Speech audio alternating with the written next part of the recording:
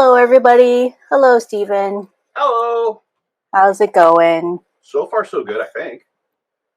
I think it's going pretty well. I think it's going very well, actually. Yes. I'm going to get out of your way so you can start your presentation. Okay. And Sounds good. I'm just going to remind everybody that if they have any questions, make sure to join his channel, and we will do the Q&A at the end. Okay.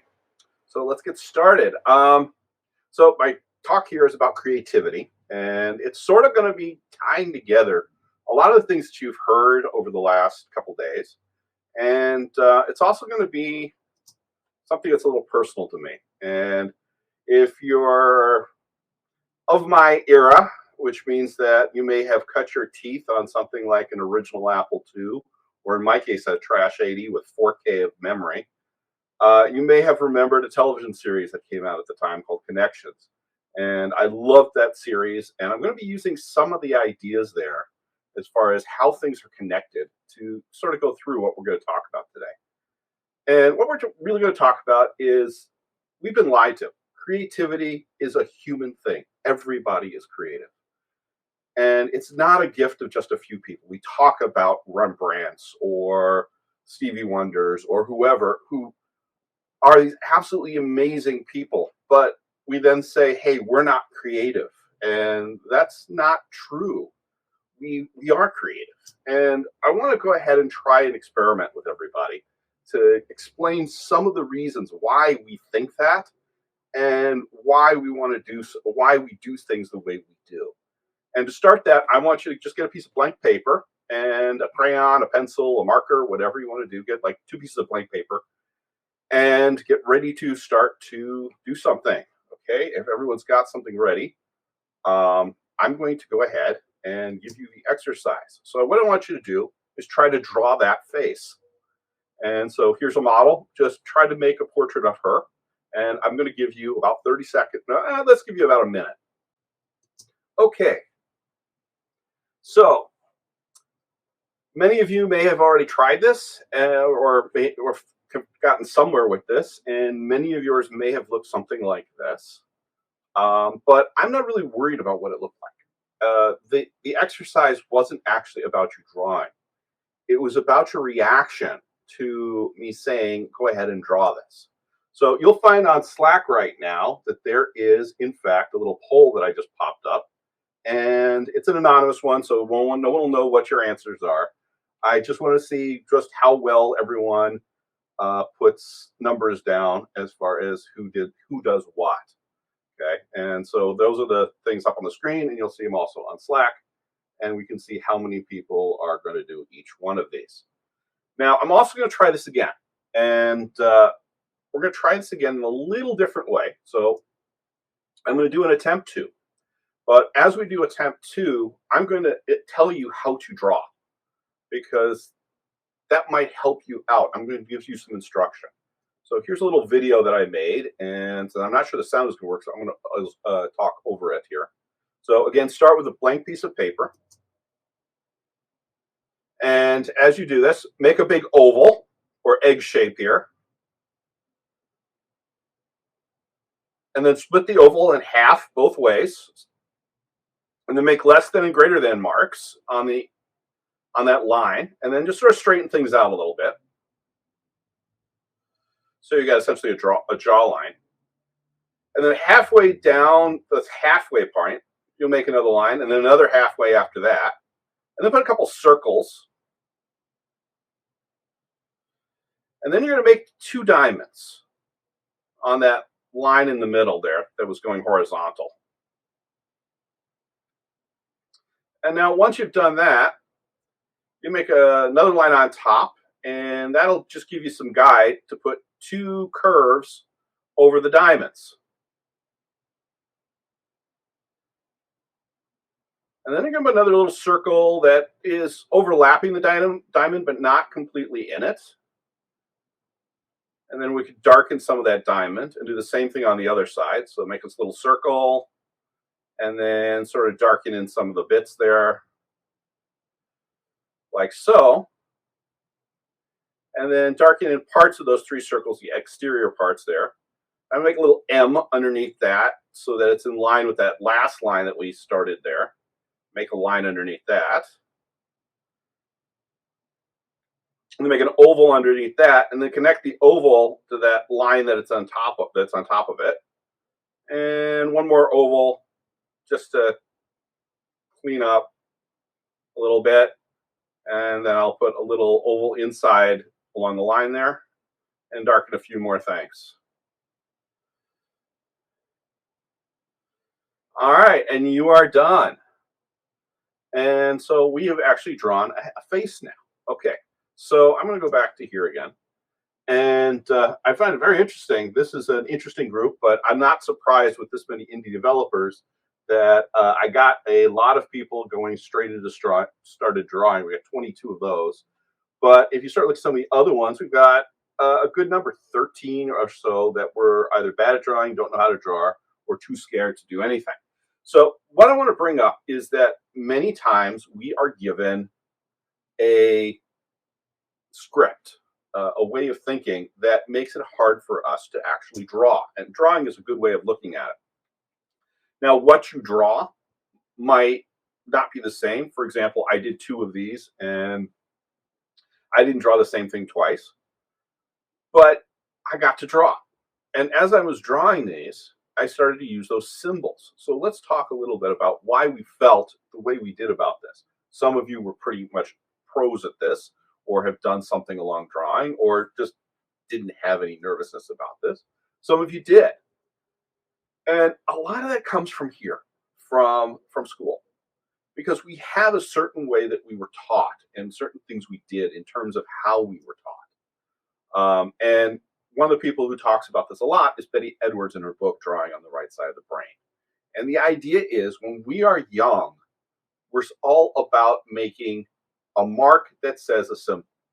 And so we do the lips, we do the eye, and we make a mark for that. And that gives us a different kind of drawing than we would if we had a drawing that we actually started to use more abstract symbols, or not even use symbols at all, and just try to find actual lines in there. And that was the secret of drawing, really, is that if you looked for the lines, or as I made this a little easier, you look for abstract symbols like diamonds and circles. You look for those, you find them. But as we get older, we want to see the more detailed ones. We're fine with the symbol of an eye and just throwing it on when we're a little kid. Our aesthetics change as we get older, but no one told us that secret that we're supposed to change. And that's what happens. So going back to school, what was going on there? Well, we find out that school is doing something that most of us don't really realize is going on. Is school is about learning all kinds of interesting facts and stuff, but it's also about learning compliance. And if you look at how a school is set up, we get a student, a teacher, a principal. We have a line worker, a manager, and an executive in a work setting. We're set up in a parallel with that so that school becomes a simulation of the workplace. And it's a workplace that was built in the Industrial Revolution. It's from 1900. It's not from 2020. It's not for knowledge workers. It's for people who had to do exactly the same job with the exact same tolerances all the time.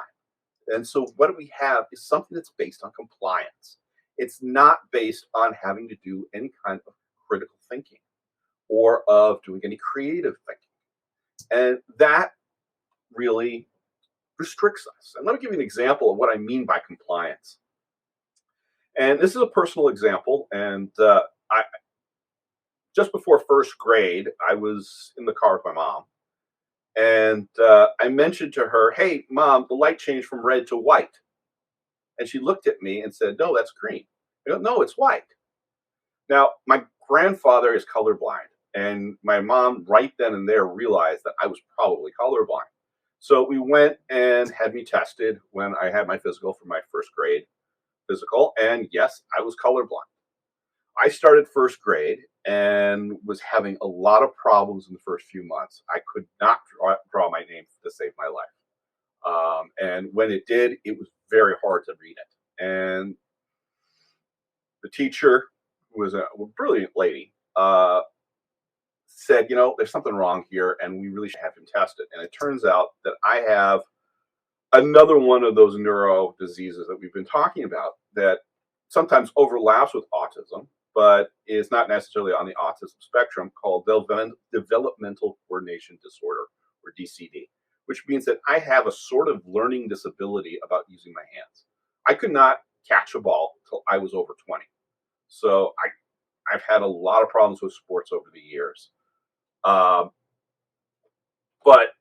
what's going to apply to here is anything I do with my fingers when I'm trying to draw or write or stuff like that, I do very inaccurately.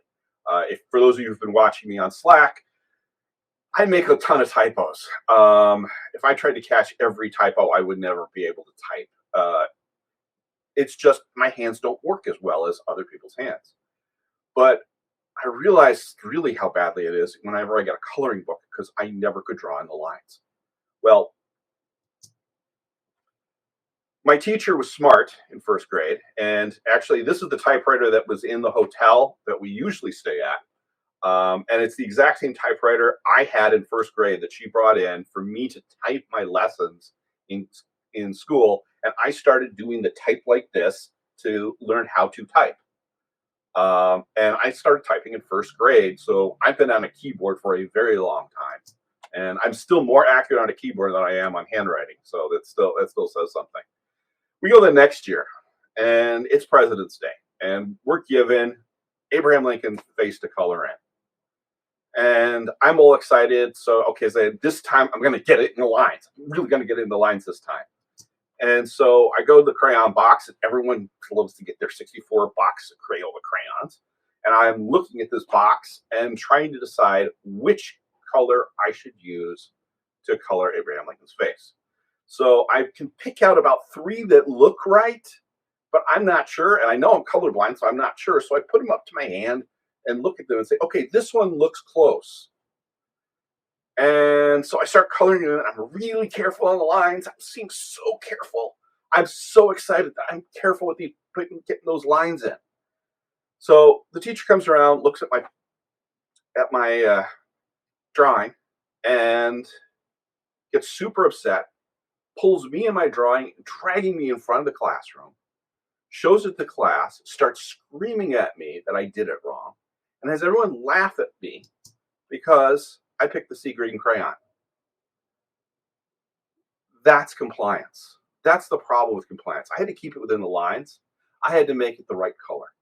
Now, what if I had done something, which is something I would do now, that I colored Abraham Lincoln's face not with sea green, with sepia? First of all, there's a lot I could say about the color sepia in terms of Abraham Lincoln. It could be just that I was looking at tonal values from an artist's perspective. I could be looking at it as a statement about what he did in terms of the Emancipation Proclamation and the Civil War. I could go into a lot of things about what that's about. But coloring him sea green, maybe he had a bad day. He did have depression. He had a lot of physical issues that he could have been green. But that was compliance. I had to use the flesh crayon. And that's what I'm getting at with compliance. We put ourselves in these boxes, and that presents a real problem. Of course, today I draw my own coloring books. I'm afraid of coloring books, really. It's something I haven't completely got over, but it took me a while until I started doing my own art that I got over coloring books. And I also color them myself, and I really don't care where the lines are. They're just guidelines as far as I'm concerned. So here's what I want to get at. Compliance tends to be the enemy of creativity because it locks us into one way of doing things when we need to be doing more. But structure, on the other hand, is creativity's friend.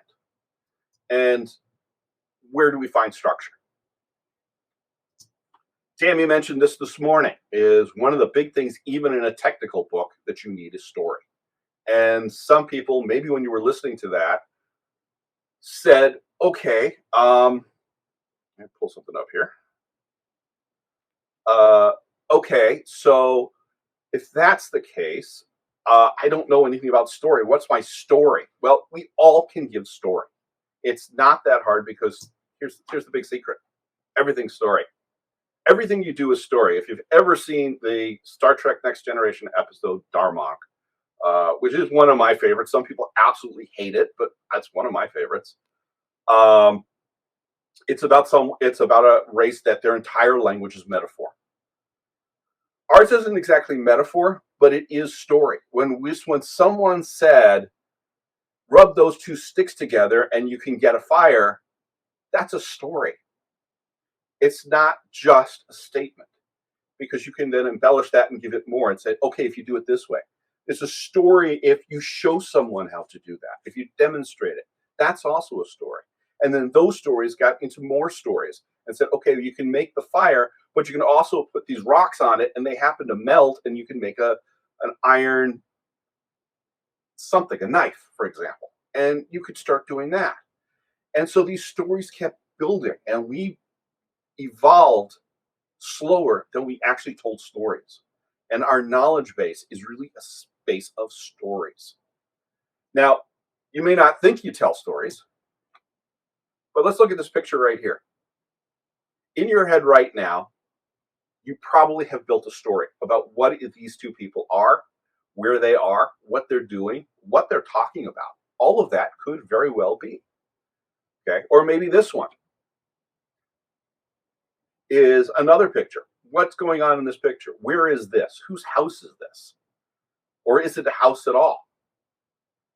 And you could come up with a story. Now you can go one step further, is you can look at another idea about story. And here's an example of one. This was a guy, René Magritte, a French painter, who painted a picture of a pipe. And he put underneath it, as it says on the next slide, this is not a pipe. Now, Scott McCloud, who wrote a book called Understanding Comics, which is probably the best book on understanding art, not just comics, but art, had a comment about this, and he was trying to explain a point. And so he explains this as the treachery of images, and it says it's not a pipe. And indeed, it's not a pipe, it's a painting of a pipe. And then he's asked, right. And that's the end of that page. You turn the page, he says, no, that's wrong, because you're reading a comic book. It's a painting or an image or a symbol in the comic book, just like I'm a symbol in the comic book. And all of this isn't real. It's a symbol. Excuse me. It's a symbol. And that is what we're going to look at, is symbols. There's lots of symbols out there. We have symbols that do all kinds of things, such as, whoops, excuse me, 1 second. We have one little problem.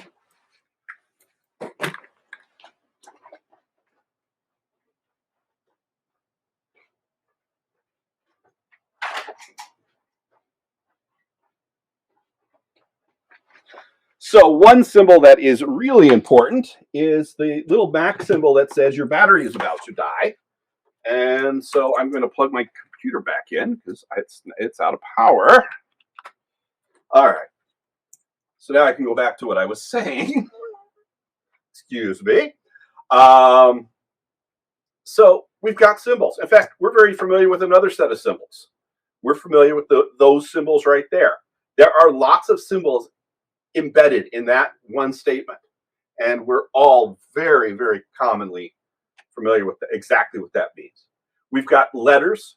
We've got a symbol of a variable or an identifier. We've got a type. We've got a number. We've got what kind of operator is there. I mean, all of that is a great way of looking at symbols. Well, what you could do with symbols, and we talked a little bit about this week, is abstraction. You can have abstract classes or abstract structs or abstract, protocols are in some sense abstractions as well. And abstraction can guide reality. I can take that picture that I did before, and it's much easier to understand if I look at the abstraction first. So I can build on that idea. All right, so here's some stories and some symbols. So we've got 3 coins, 45 cents. What kinds of symbols are right in that right now? We've got presidents. We've got the phrase "in God we trust" as a symbol. We have the symbol of things like we've got symbols such as each one of those coins has a value. That's a story. That's a symbol. It's not an actual value. I don't know. Sometimes it's actually more or less depending on the metal industry, the time. And actually, I see Judy already figured it out. The other one, which was actually historically why Mickey Mouse's ears never changed in the first set of Mickey Mouse comics or cartoons, is because they used 2 dimes and a quarter to draw Mickey Mouse. So, yeah. But the point is, symbols are wrappers for story. And so we can take those wrappers and then we can collect them. We can collect our symbols. We can take both the concrete and the abstract. We can collect them, keep them together, connect them to symbols, connect them to stories, and come up with something new. So let me give you one story. And this is actually a public health story. I used to be a public health person before I was involved with iOS stuff. And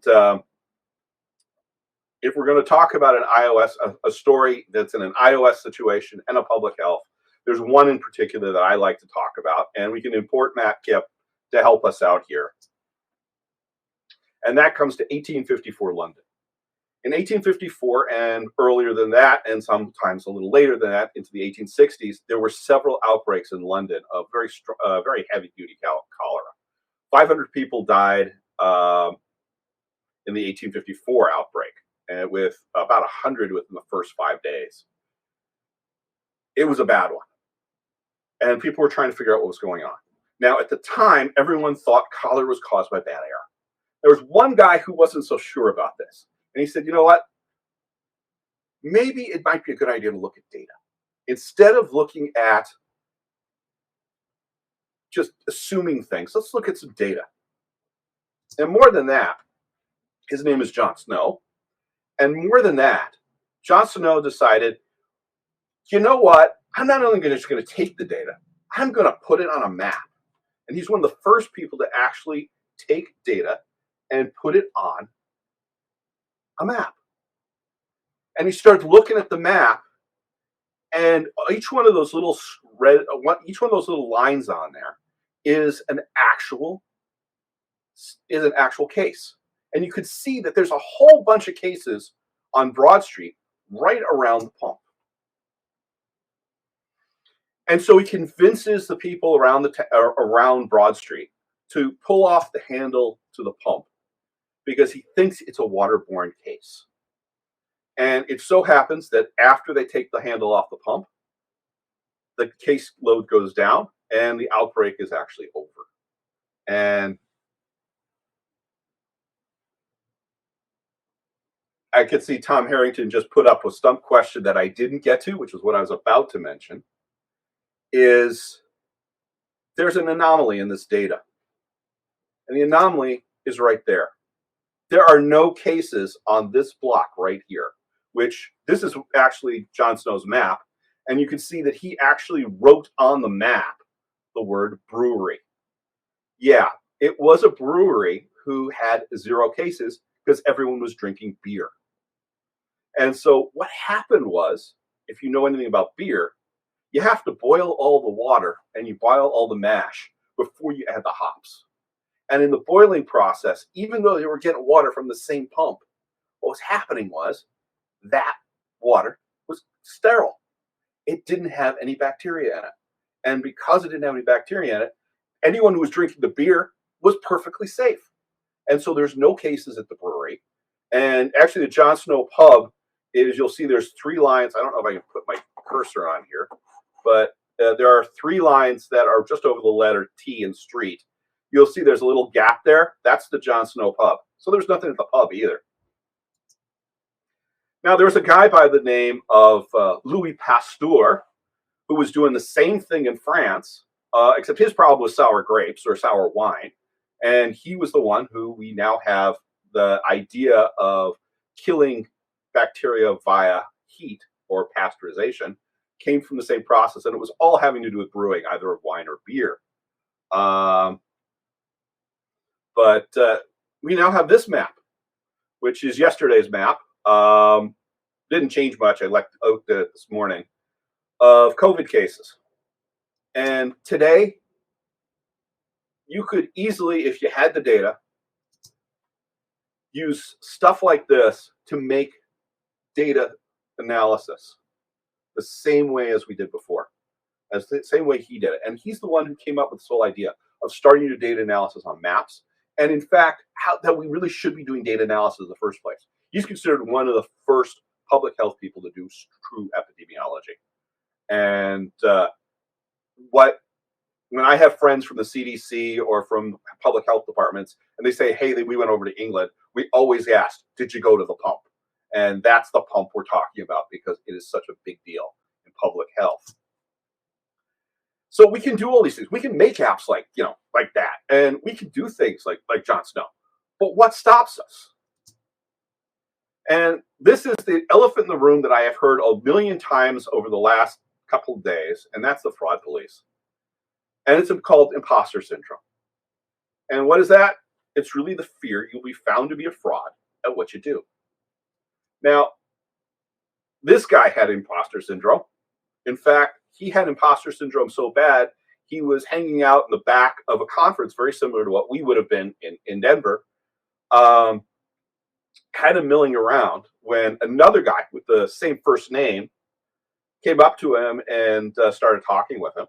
And Neil Armstrong was saying, you know what, I don't belong here. There's so many famous, brilliant people here. All I did was I went to where I was sent.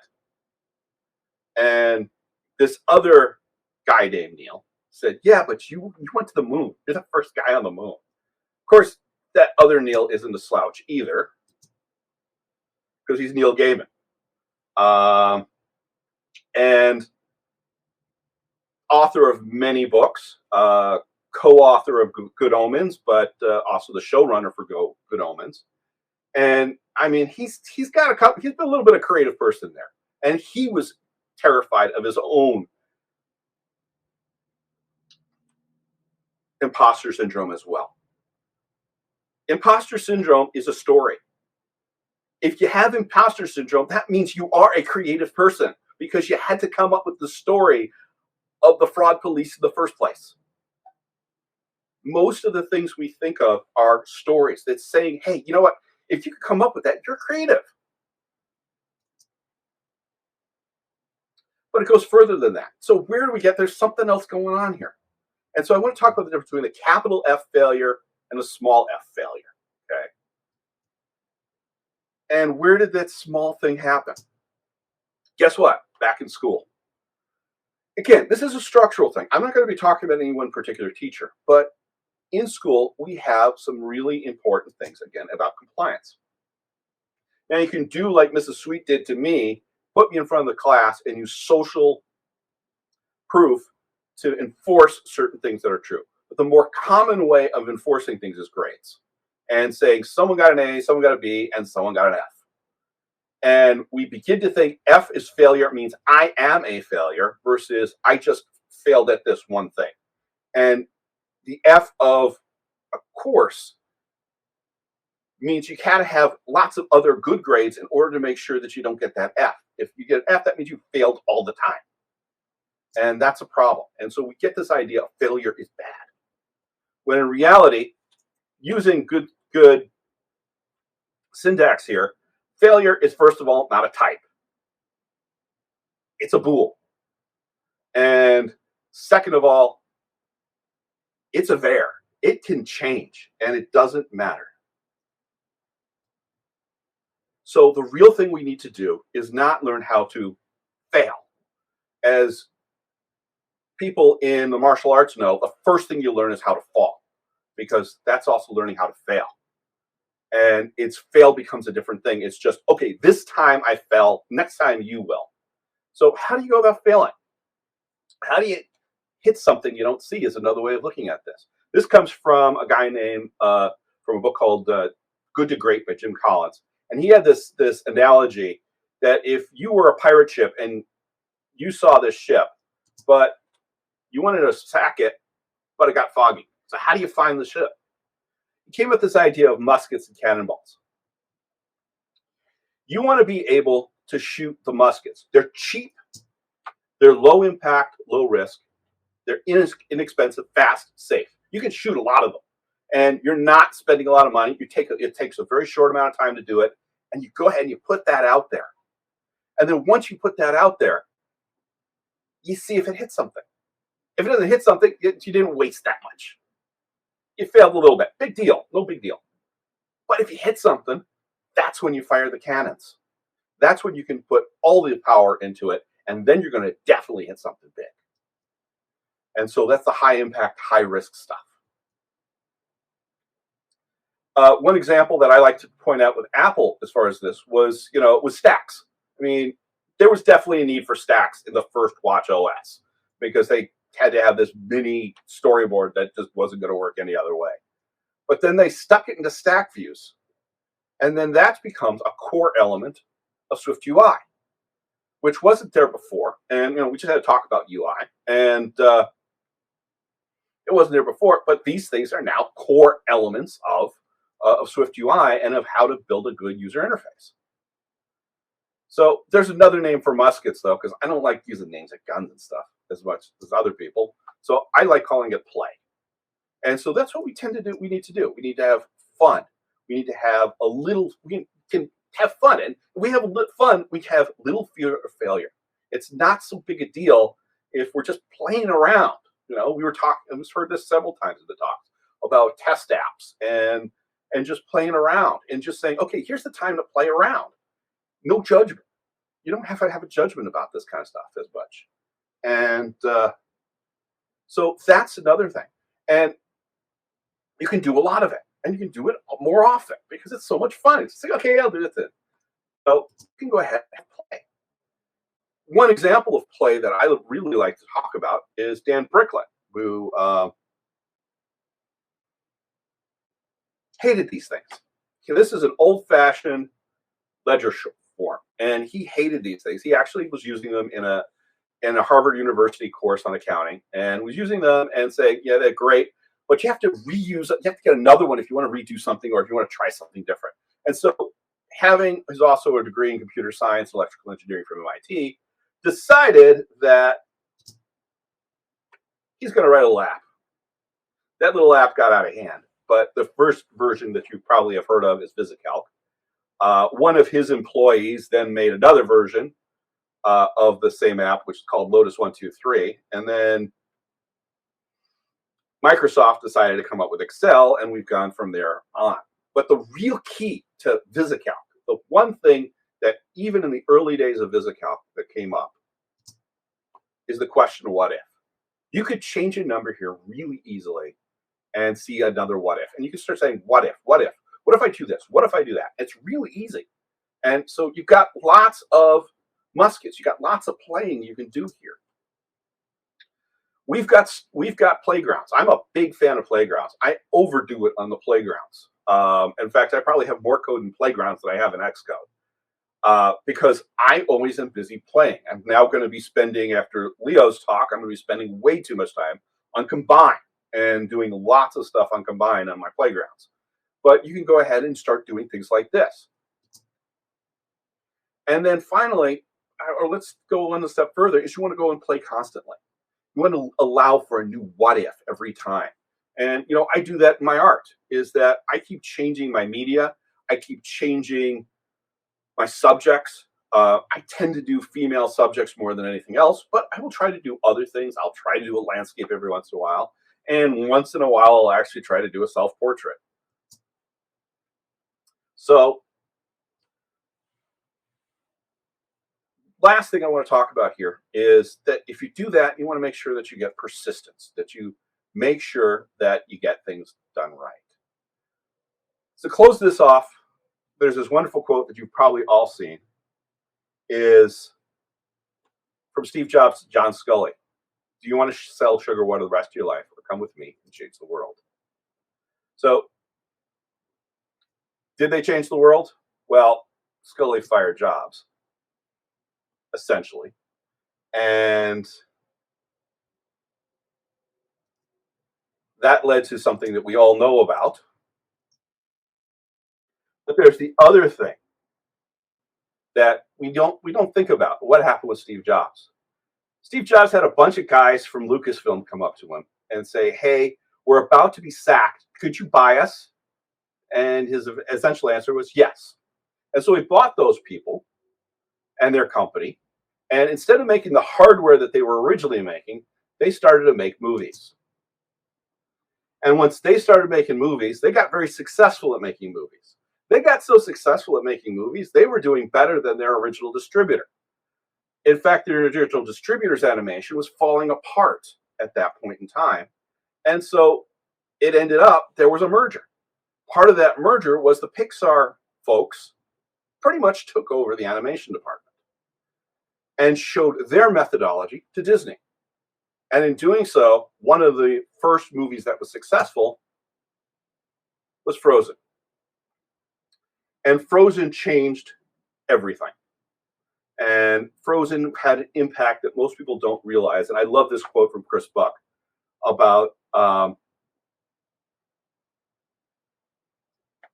many people didn't commit suicide by learning Elsa's story. That's what we're trying to get to. I mean, there's ripples that go through with what we do creatively. So, let it go. And as Neil Gaiman says, do good art. And thank you. So that is my talk. Yay. That was excellent. Very engaging.